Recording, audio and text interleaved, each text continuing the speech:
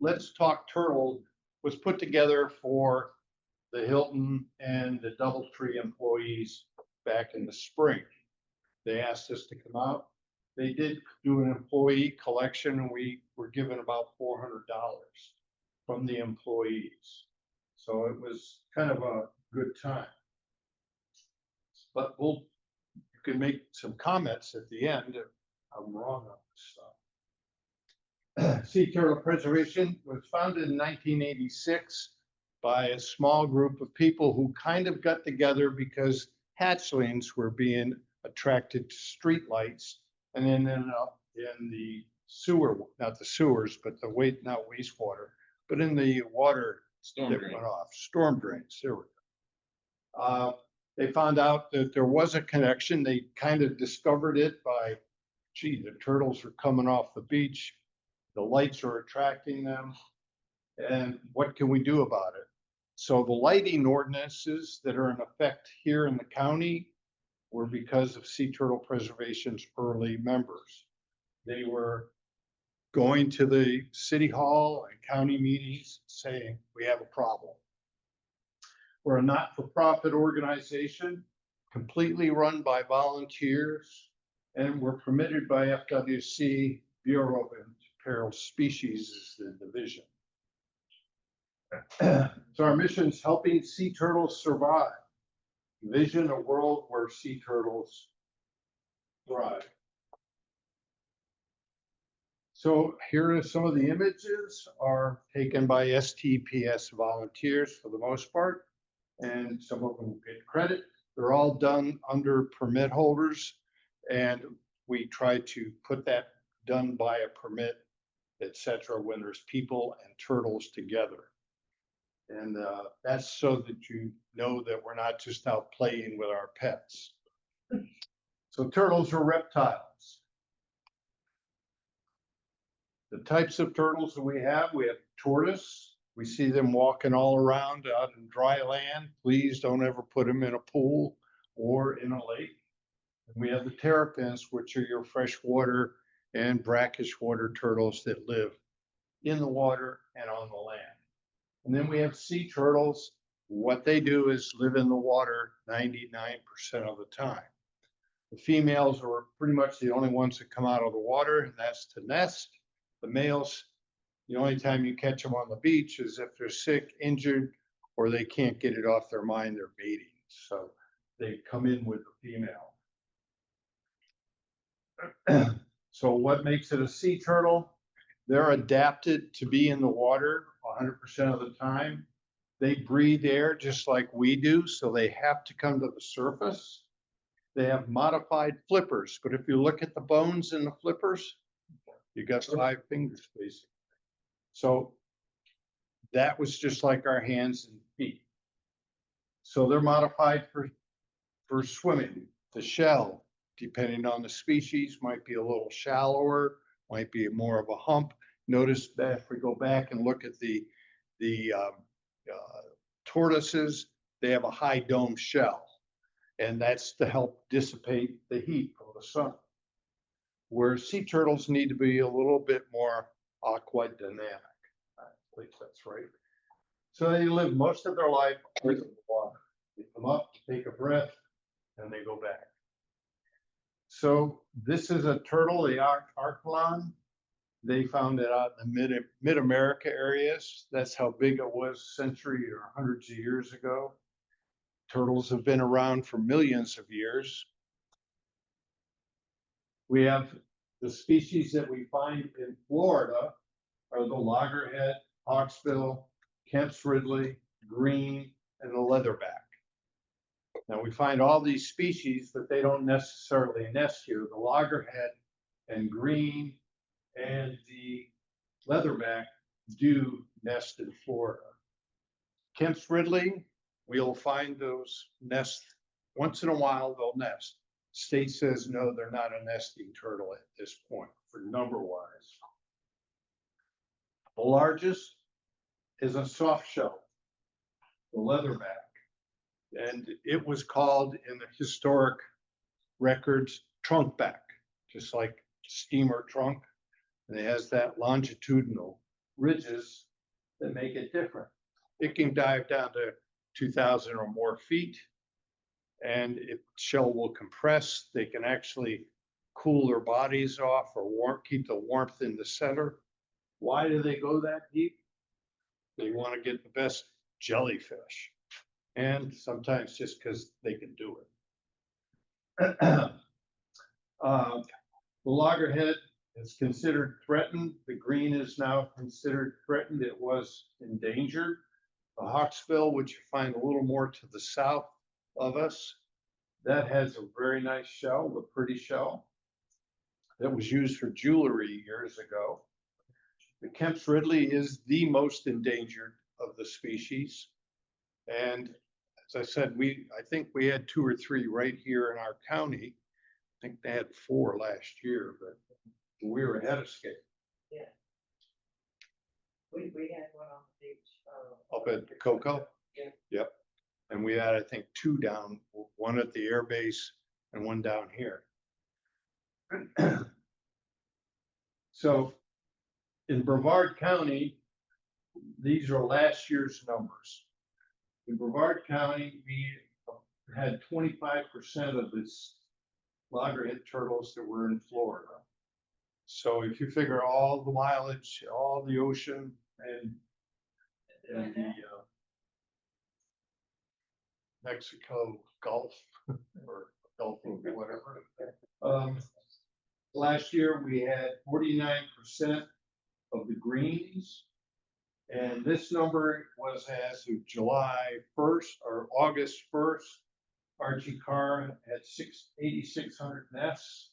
Last year, all Brevard had 6,300 nests. So you can say we're well ahead. Now, green sea turtles, as you probably remember, seem to nest every 2 years. It might be a 3-year cycle for some, but they'll go away and come back. Most turtles are doing that, but the greens seem to have a high number, and then they go back to a lower number. We had a couple of years that we had high numbers, and then a lower number. So sometimes it takes 50 years to come up with a pattern.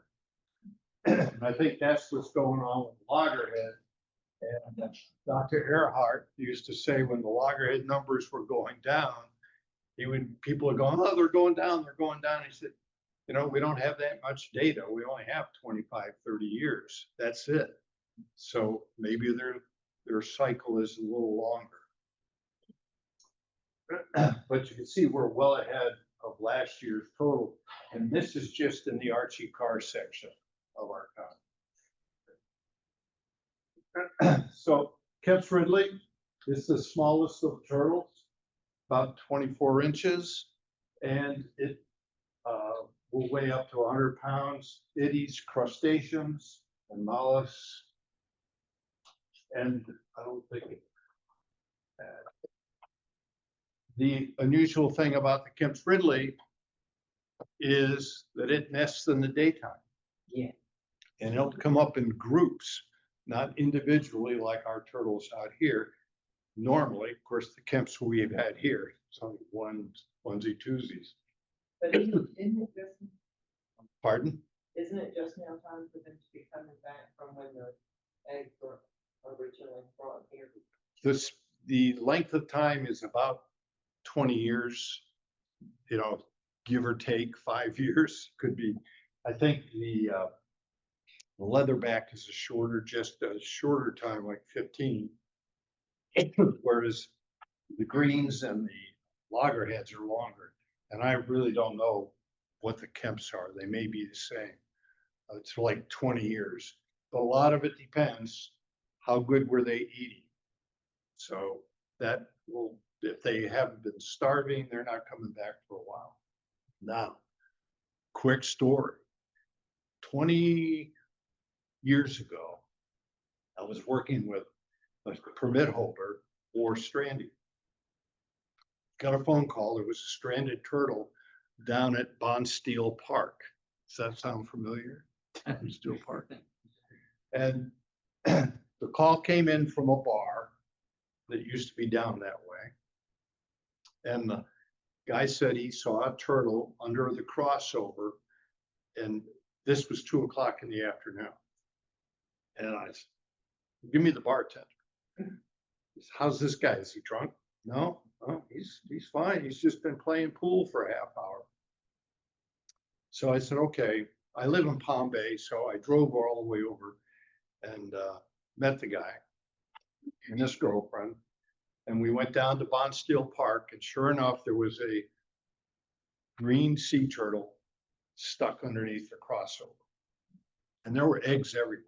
You know, she had finally given up. This is 4 o'clock in the afternoon. So she'd been there a long time. I was brand new, didn't know what to do. I called the permit holder. Well, don't bother pulling her. Don't try and drag her out from her backwards, because they don't go backwards. They just go forwards. So we just kind of dug her out lower, lower until we could pull her out. Put her on a tarp, dragged her down to the water, and first wave came over, didn't really move. Second wave, she didn't really move. Third wave, off she went. And the whole time, you're going to be okay. We're going to get you out of here. You feel like you're talking to this animal. But so now we're going to fast forward 20 years. Was it last week? We had one at Bonsteel Park. We had a turtle at Bonsteel Park. She got caught under the crossover. So my thing is, well, that's about right. Some of those eggs, because we took the eggs that were there and just put sand over them. The egg didn't fall far from the turtle. That's the thing. So now we're gonna have to get a grant to do a genetic study, find out if this theory is true. The turtle I helped, her progeny came back 20 years later Oh. to the exact spot. So anyway, that wasn't at Kemp's Ridley. Kemp's Ridley do nest in the day, and they nest as an Arabata. They come up all as a group.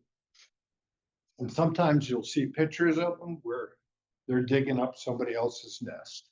So. And then we have the hawksbill. The hawksbill is bigger, 30 to 36 inches, 150 pounds. It eats sponges. So sponges are pretty loose when they're not dry. But you'll find more of those feeding down in the Palm Beach areas. You won't find too many here. They like the pretty coral, and that's what they eat. But they have a beautiful shell. I didn't bring the shell, and that's what they used to make jewelry out of. Hair braid things, all sorts of stuff. I was gonna say you were pointing out a hair Oh, braid. it's just explaining, yeah, the hair thing. Mine's not made out of a tree. It's plastic. Yes, Guitar picks and pick guards on guitars. yeah, that would have been one thing too, because that's why they had that starburst type of shell. And so that trade is illegal now. Loggerhead up to 41 inches. The ones we see at night up here are anywhere from 95 to 105, 108. So this is your average. They weigh 200 to 300 pounds, and they eat crustaceans and mollusks and anything they put in front of them. So they will eat a fish. And but mostly, if you see those whelk shells out there, they can crush them with their beak. So, and they have a large head that gives them the jaw. The green was almost like a cow, and if you go back in history, they talked about there were so many of them that the early explorers felt they could almost walk from the ship to the island on the backs of these turtles. Wow. They would use these for food. They'd bring them on the ship, turn them upside down, and head back to Europe. And they would stay fresh because they were alive. So that was fresh meat for them. They weigh 250 to 350 pounds. The model that we have there is a sub-adult. as opposed to the adult over here for the loggerhead. What do they eat? Marine grasses and algae. When they're young, they pretty much eat anything. That's just the way hatchlings will eat whatever's in front of them. And the sad fact is, a lot of times what's in front of them is plastic. And I guess the worst plastic is the kind you find in your yogurt cups. It's real soft. We have the leatherback, and it gets to be 6 to 8 feet, could be longer. 1,800 pounds. I think the record was in the neighborhood of 2,000 pounds that washed up in the shores of Europe. And its diet is jellyfish. So it has to eat its weight in jellyfish every day. Now, that could be why they dive deeper than the normal turtles. They live more in the deeper waters, is that there are big jellyfish down there. We don't see them unless they wash up. But they'll dive down, grab it. If you've seen the exhibit with it's down at the Barrier Island Center, you can stick your hand in this leatherback's mouth and you can feel it sort of won't let you out. Remember that Chinese thing where you stick your fingers in it and can't get it out? So it just keeps bringing it back in. So they don't have teeth like our teeth. Relative sizes. And loggerhead nesting area goes way up into the Carolinas. And the red area is high density. And that's where we are. So the life cycle of a sea turtle will start when it comes out of its egg, becomes a hatchling. We're seeing lots of hatchlings. We get lots of phone calls on hatchling. Comes a juvenile, a hatchling goes out, crawls up on some sargassum seaweed, and lives there for the next 2 to 3 years. And it's floating around in the Atlantic Gyre. And then it grows, it gets to be a subadult, jumps off, finds a place it likes, and that's where it's going to feed. Most of the ones you find, like greens, are going to be down in the Keys. Shallow water, lots of grass, lots of whelk shells. So a lot of the turtles will go down there. Some of them could end up in South America and other places. They become an adult if it's time to mate. They will usually return to the area that they were born. And it won't be exactly the same spot.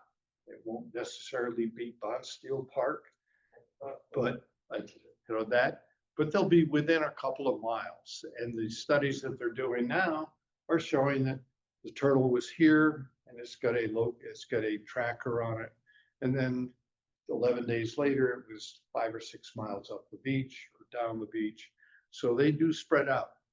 I read early on in my educational part, it took roughly 12,000 years from the turtles that were here to get to North Carolina. Just one little nest at a time, just kept moving here and then that nest. So that's a long time. But our turtles, hate to tell you, they're illegal aliens because our turtles came from Mexico years ago. Native Americans. What was that? They're Native Americans. Yeah, native. They're real natives.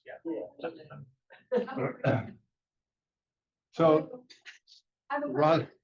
yes. About how far do you think the turtles are traveling to nest when they feel the urge to nest? How far do you think they're traveling? The ones that I see that have been tracked, usually from here, they're headed back to Florida Bay and down in that area, Cuba, some further south. Most of them seem to head right down back there when they have, it's the same with the male turtles. They don't get as many trackers on males because they have to get the male up to get a track. But most of the females go down into Florida Bay and not too much further than that. But when the trackers show they've been around Florida Bay for a while, off to Cuba, and then down to some other islands, but then come back to where they are happy to eat. Yeah. No, Australia. It's rich. I know, say, Yeah. Like a yawning. So this is the slide we couldn't show people. We get these phone calls all the time. And they're saying, I see some turtles that are out, 100 yards or so into the water, and they're sick, they're fighting. Or I see one try to save another, or all sorts of things that I'm going, just turn around and look the other way, because they're mating. That's what they do. The male could be a half hour, could be 10 minutes. It depends. Because when somebody's watching them, they'll go, well, they've been like that for 2 hours, ever since 15 minutes ago. But they mate right offshore here. You'll see them. If you stand up on the second or third floor, you'll see them. Turtle tracks. I should be asking you, how do you tell one turtle from another? Does everybody know on the tracks? Stephen? Yeah. The way they're made, and I did this on the walks when we had some new people on the walks this summer, was why do they look that way? Because the loggerhead's tracks are kind of offset. And that's because she's coming up in a crawl stroke and she swishes back and forth and her rear feet make this comb. I can't really see it a little mud off those cars. Whereas the green, she comes up like a breaststroke. And by doing that, she picks up the front of her shell and her tail starts to drag, or the actual shell, the plastron will drag. So you have a tail drag up the middle. And her flipper marks are across from each other. Sometimes,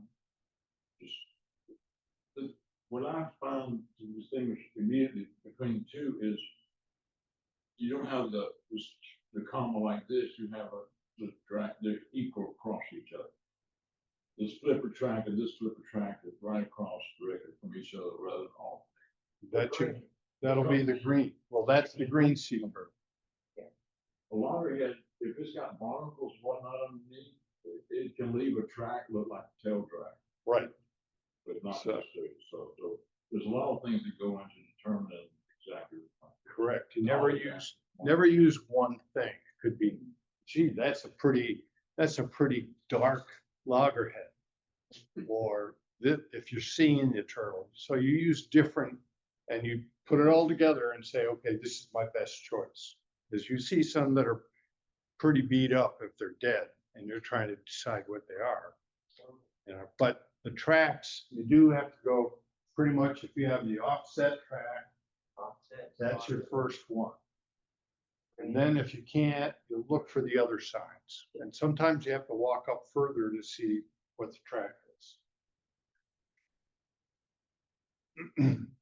So the sea turtle nest, you've all been around, the loggerhead nest is pretty flat once it's covered. But the greens usually leave a large ditch. And Cindy Stinson sent me some photos this morning that just looked like they were using bombs on the beach down in Mel Beach. And it looks that way. It's just craters. What age? And here's one where she came up, she was nesting. I guess she probably came back around there. Or, yeah, there's a turtle there. Yeah, let's do it. So she deposits her eggs, she's at an angle. People will say, oh, there's a turtle, she's stuck because she's at an angle depositing her eggs. She's roughly 1.5 feet down from the top of the sand that's around her. And she deposits anywhere from 75 to 125 eggs. And she'll then, after she digs that egg chamber, she's doing it with her rear flippers, and she kind of a little side to side. And then she'll drop her eggs, and then she'll cover it using the same motion. and then kind of pat it down, and then she'll pat it down, she'll bring more sand underneath her and bring herself back to the level of the sand around her. And then kind of we call it throwing sand to kind of disguise the nest. The greens aren't so good at disguising the nest. Then the leatherbacks, when you see them covering a nest, they will cover a large area. And when the researchers are out there checking on them, they will throw a piece of wood with a rope on it and put it down in, cover it up where the egg chamber is, because when she's done, where was the egg chambers? So they pull up the rope and there's the wood, so they know the egg chamber's within a couple of feet. But she'll cover 10 or 12 feet in diameter. And this is a photo of her covering. Notice they kick up a lot of sand when they're just throwing it around. And she's going back to the sea.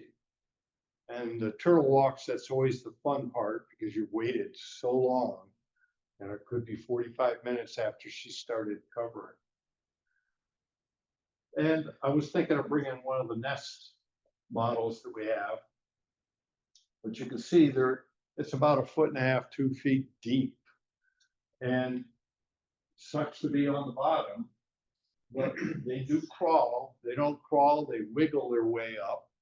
And when there's no more oxygen in that nest, they stop. And a period of time goes by, oxygen will come back into the sand, and then we'll start up again. And there are people that can hear this, dogs could hear it. They can pick out a nest that's actually trying to make. So they'll all usually get in a group at the top, and one of them sticks their head out and said, well, it's time to go. And then off they go. Now, of course, those that are doing the morning surveys are some that stay behind for 3 days. And yeah, maybe they just weren't ready, but they eventually crawled through the sand and got up there. And off they go. Oh, the other thing is the sex of a hatchling is temperature determined. Hot chicks, cool dudes. I did a 3rd grade class and I mentioned that, and then I shouldn't have said that. You know? And I asked the teacher, oh, they talk about a lot worse things. But now the studies are showing that a good 99% of the turtles that are coming out of the nest are female. It's a good thing for the guys, but you know what that's going to do to the population, they're going to have to wait, because we're just learning that they're high numbers. You know, we don't have that 100 years of data. Yeah. The interesting thing about that, so only one survived really out of 10 nests, pretty much. You know, 1 out of 1,000. So that's like 10 normal nests. Only one survived, right? Well, she'll lay 100 eggs. Huh? Let's say she does 100 eggs 6 times a year, every other year. And then when she gets up to 1,000, one of those progeny will be an adult. They'll survive to a certain point. Yeah. A juvenile, yeah, you know, maybe 1 out of 600 juveniles will make it. But the hatchlings, it's a food fest for a lot of other animals. So here are some pictures of the hatchlings. I know Joel probably has 1 million or 1.5 million in his laptop. This is how they compare. And this year I had some people tell me the nests up in the nest survey area are small hatchlings. They're not very big, but we have tall people and we got short people. We have fat babies and we have skinny babies. It's the same with animals. But the leatherback looks like a nice torpedo. Here's video.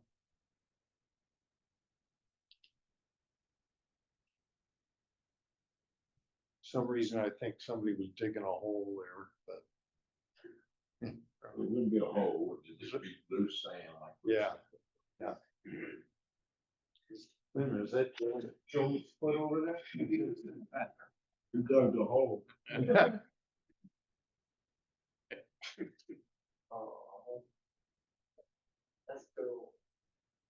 Now, it's nice when you see the pattern come out of the nest and it spreads out. And I don't know, maybe 45 degrees is, the best. It's not nice to see when they spread out or going every which way. Yeah, you see a lot of that. Doing the surveys, you get to see it more. Well, they get kind of, following maybe. We used to be pretty dark. And the studies in the last 5 or 6 years are showing that we're getting worse here. And we had a worse score than down in West Palm area, which, wait a minute, that's crazy. But our beaches were getting more of that light in the sky, people not knowing. We do have a pretty dark beach, but pitch black would be nice. So they run off to the sea. They go, how far off the beach do they go? Oh, 3 miles, 20 miles. 20 miles, a rough average. And I usually ask kids, can you swim that far? And they do it in 3 days, 2 or 3 days. They'll swim about a mile an hour. And then once they get tired, their oxygen's used up. They'll go into a floating position where their flippers up. And they look like a piece of wood, just flots of floating around. Smart fish. But then, of course, fish like to find things that give them shade. So if there's too many in one spot. So we have the North Atlantic Ocean and we have gyres. We have one big one, we have several small ones. We have lots of plastic out there, I'm sure. But you can see they will go here. And sometimes they'll end up in Europe and they'll go down the west coast of Europe, down through the equator. You just never know where they're going to end up. Not all of them, but you never know.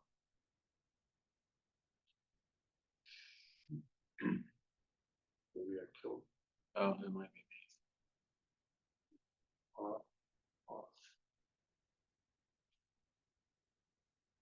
Or maybe the battery is going. Yeah. Okay. It's going. Oops. We got a battery There's in me. the box here. No, it's working. It too.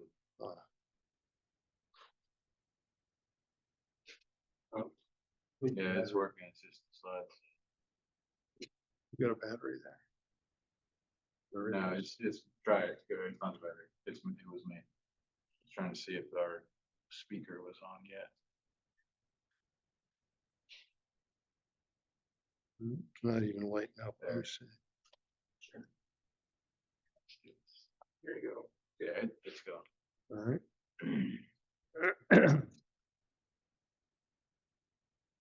If you ever need your electronics fixed, call me.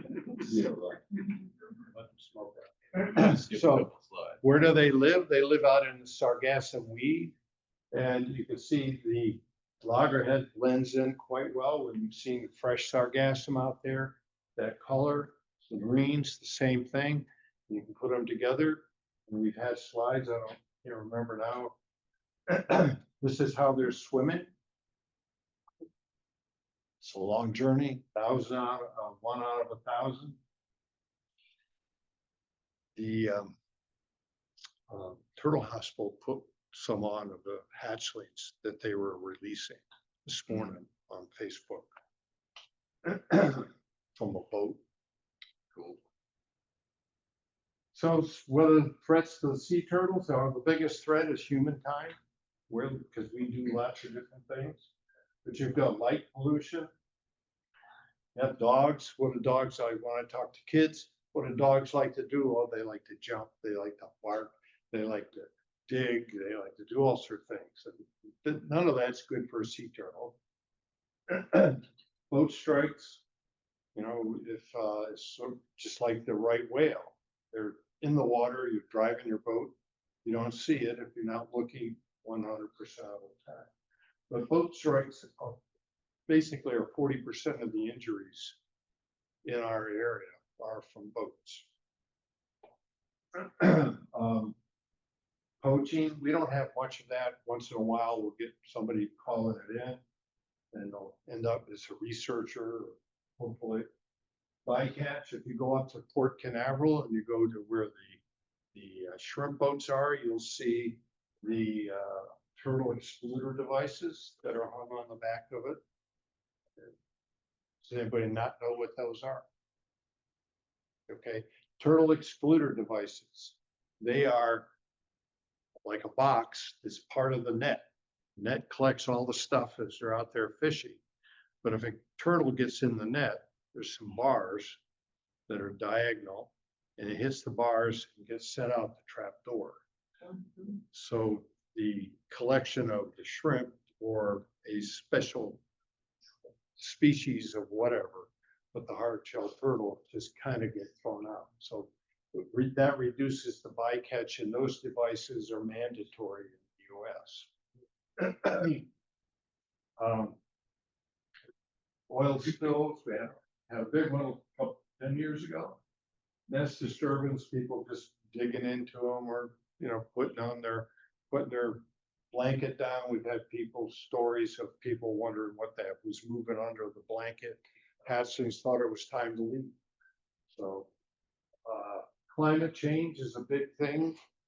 Turtle nesting population, is it as the waters get warmer, are the turtles going to be moving north?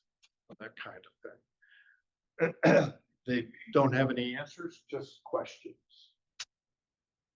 Natural predators, we got birds, we have wild dogs, and we've got ghost crabs. We used to have a picture of a ghost crab with a hatchling, and I think it was on the walks. And I would just say, if you see a crab that big on the beach tonight, please let me know, because I'm leaving. You're thinking this is a full-size turtle, and it was just a hatchling. Raccoons, the raccoons are a big problem up at the National Seashore, but they're getting to be a problem down in the South Beaches as well. Sharks are cool. Yeah, but everybody here has to feed their family, so they're all part of the whole thing. We all feel bad. My mom saw a loggerhead in a kiddie pool up in Volusia, and it was it was a big old turtle, and it had a mouthful of fish. It was just biting down on this fish. My 90-year-old mom was going, well, I guess it depends on what you like more, fish or turtles. Because you want to save the fish, well, turtles eat fish. Well, so human impacts, once again, boat strikes, debris, pollution of light, global climate change, coastal development, egg harvesting. We don't find it that much here. We used to in the old days, and poaching. I tell you, some of our members that lived in this, whose parents brought them up, they would come out to the Cape and they would get sea turtle eggs to make bread and pancakes and stuff like that. But that was normal. There wasn't 100 people out there. There was just a couple of folks.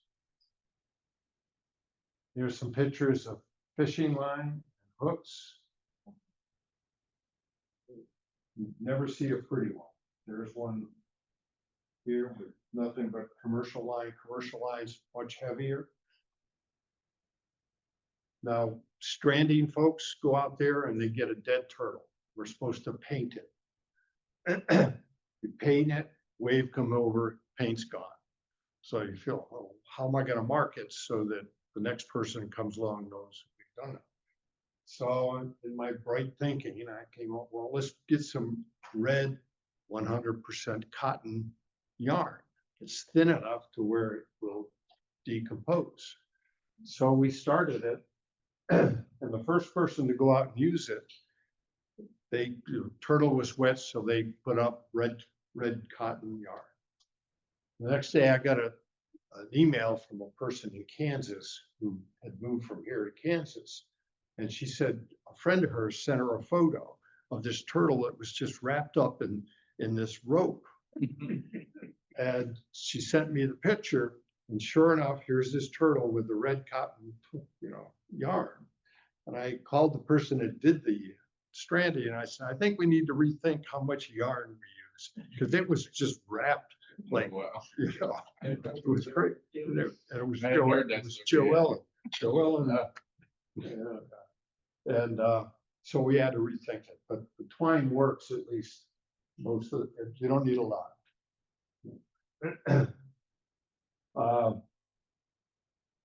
You can see the difference here. Can you pick out what the different things are? We have 2 items. We have bags and jellyfish. Okay.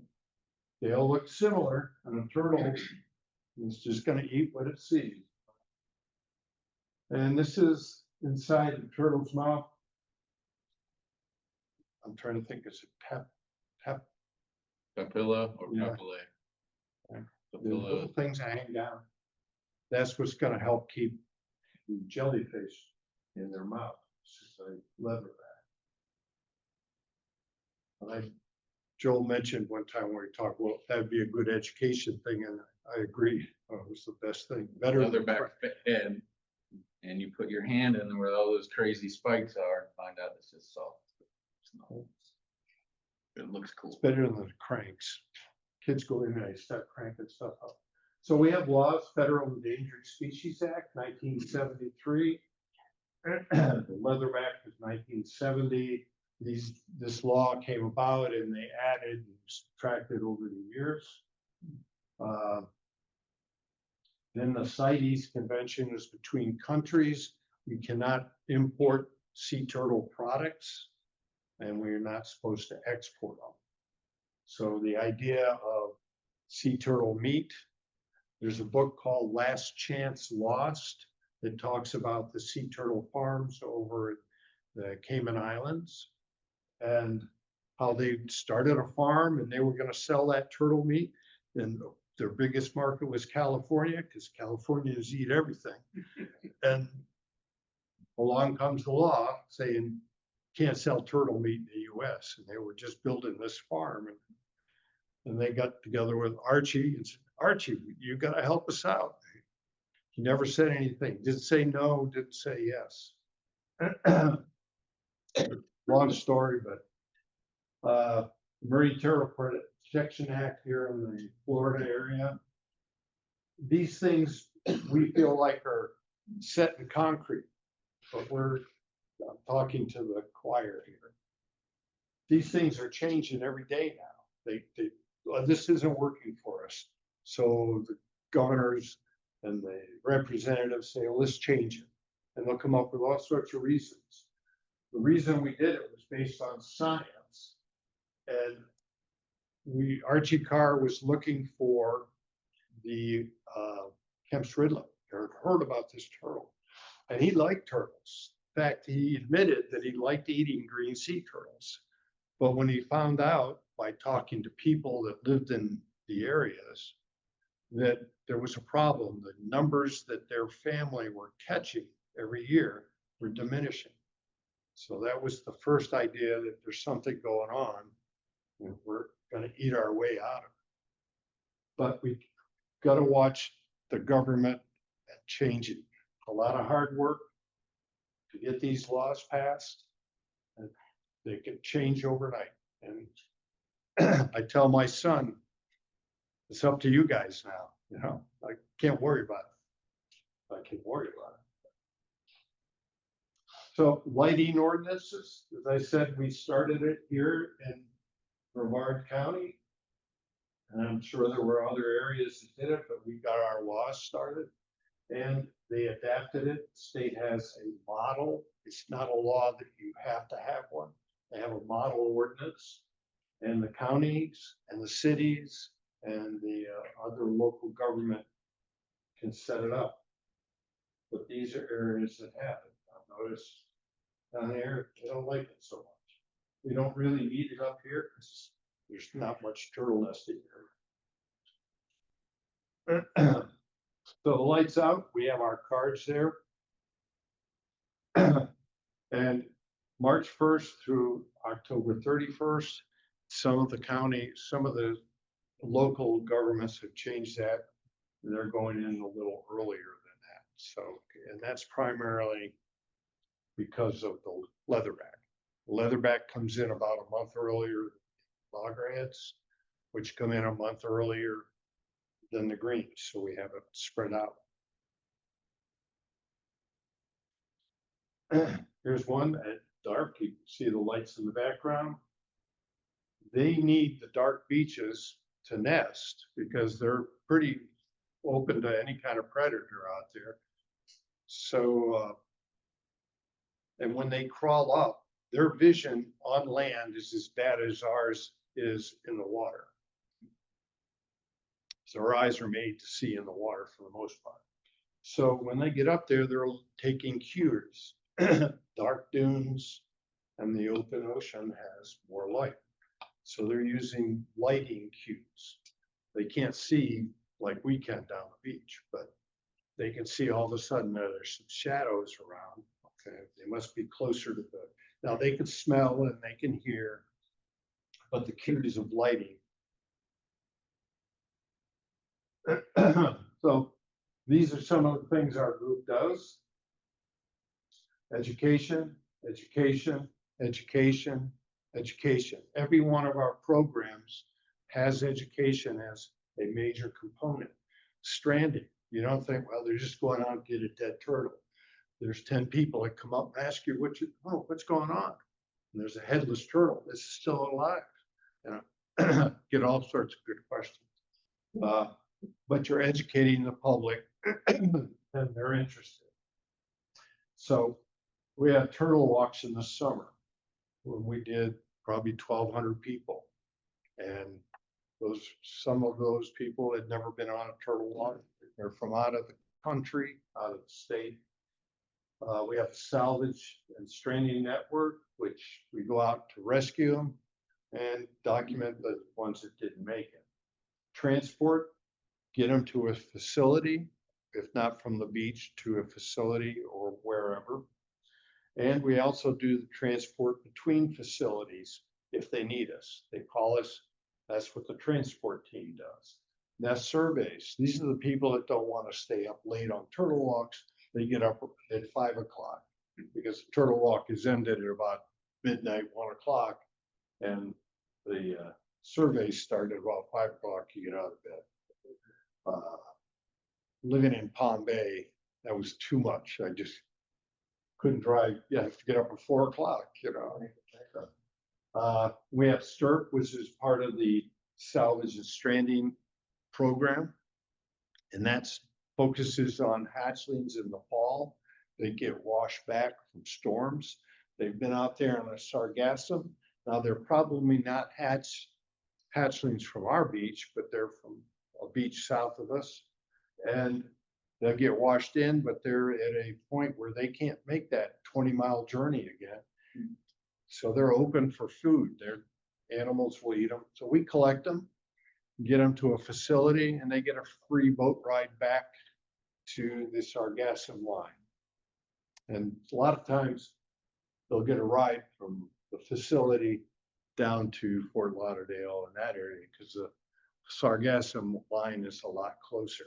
It's 20 miles here, 10 miles there. So let's see.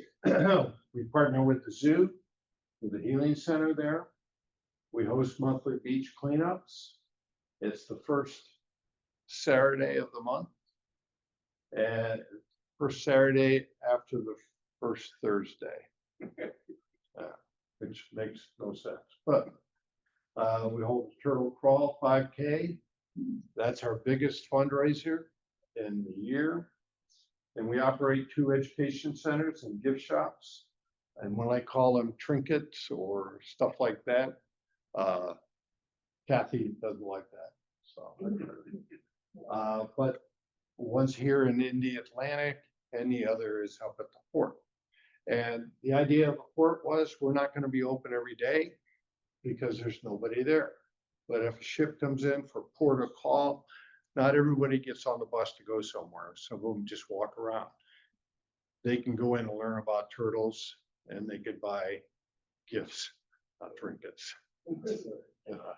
And the whole idea was, if we could break even, we were doing good, and we do better than break even, but not a lot. Most of our funding comes from memberships and the turtle crawl. Education, we go out to various groups, old people, young people. We go out to fairs. Wherever we can get somebody to go out to, we'll do it. Sometimes it's selling stuff. Sometimes you're not allowed to, that's okay. A lot of times you'll get one person that they're not very vocal, they'll do the sales. And then you get somebody like myself that I'm better just talking. Or, you know, I'm not gonna do the sales. Surveys, early in the morning. You see this before sunrise. Yeah, before. Yeah. Now, I only did a couple of surveys, but I got lucky one day. I found a $20 bill. That was good trash. I dropped that. But night walks, we talked a little bit about night walks. And stranding and salvage.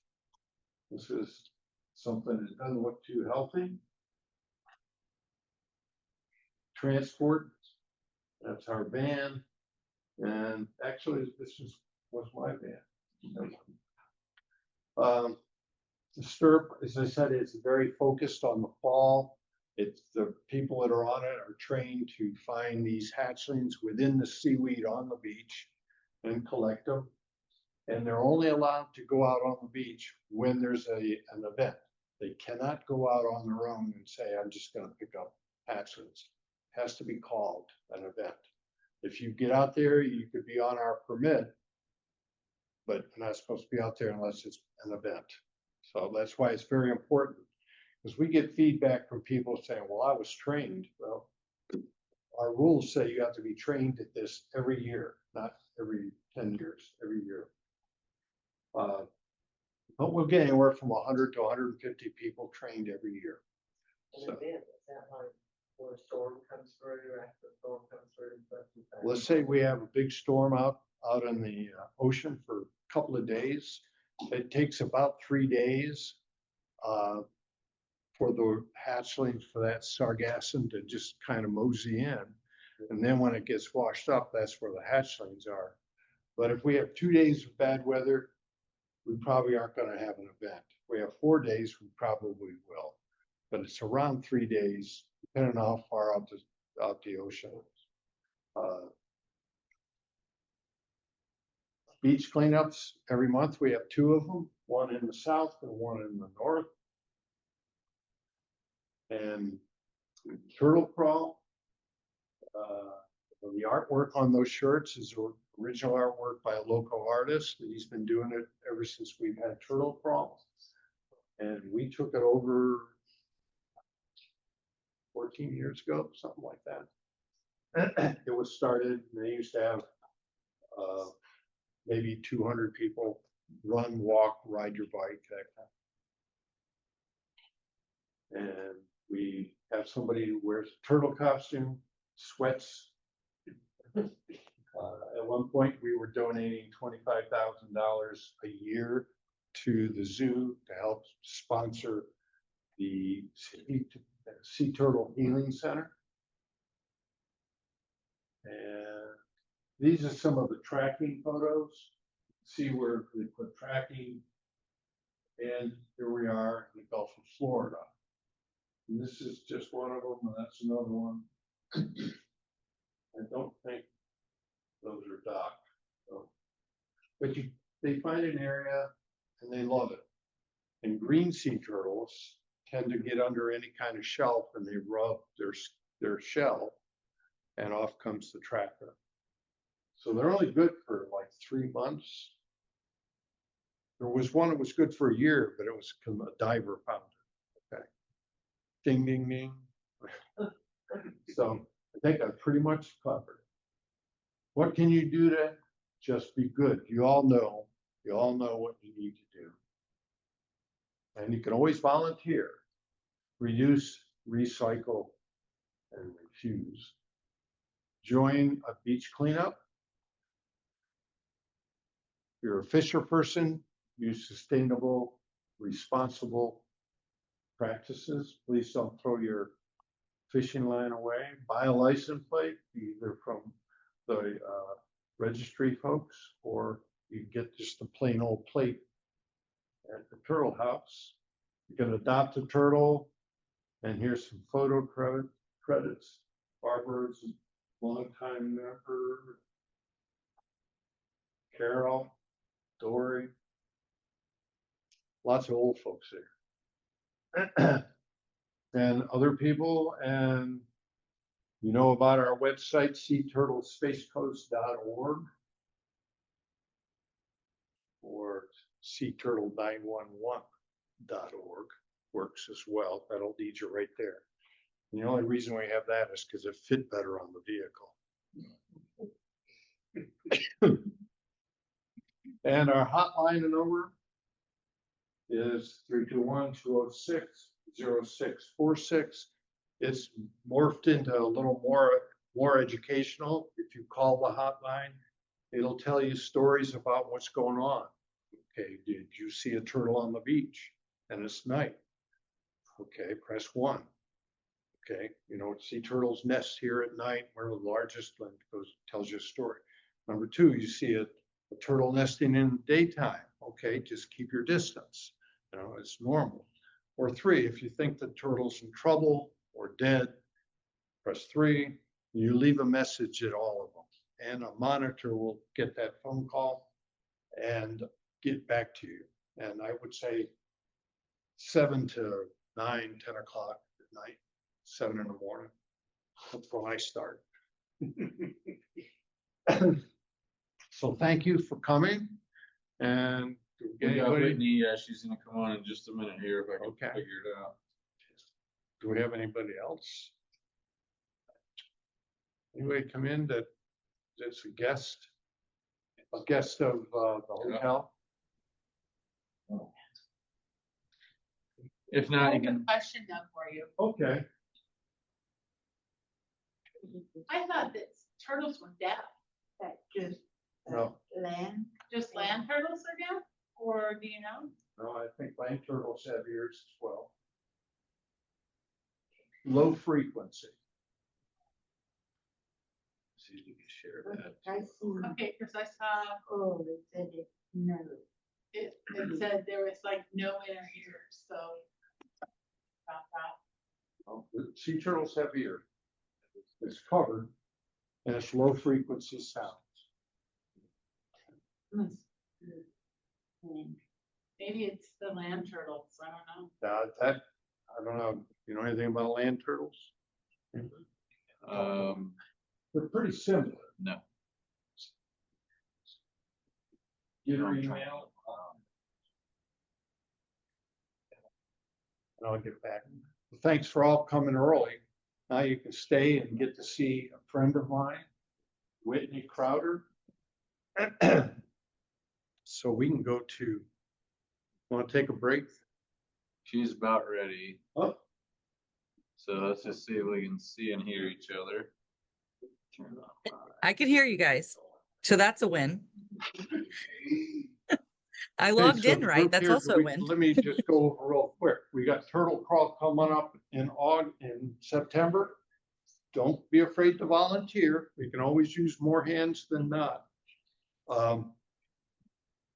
Get my thing out.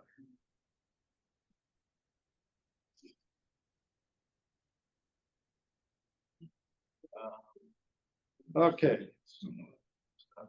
So we got anybody that's a first time person for our meeting? What's her name? Billy. Billy, Billi. Oh, hi, Billy. Okay, Bill Clinton. Okay. Board members, there's only myself and Joel that are, and we got Jerry over there, so we have 3 board members. Have any questions after? Ask us. We'll lie to you. And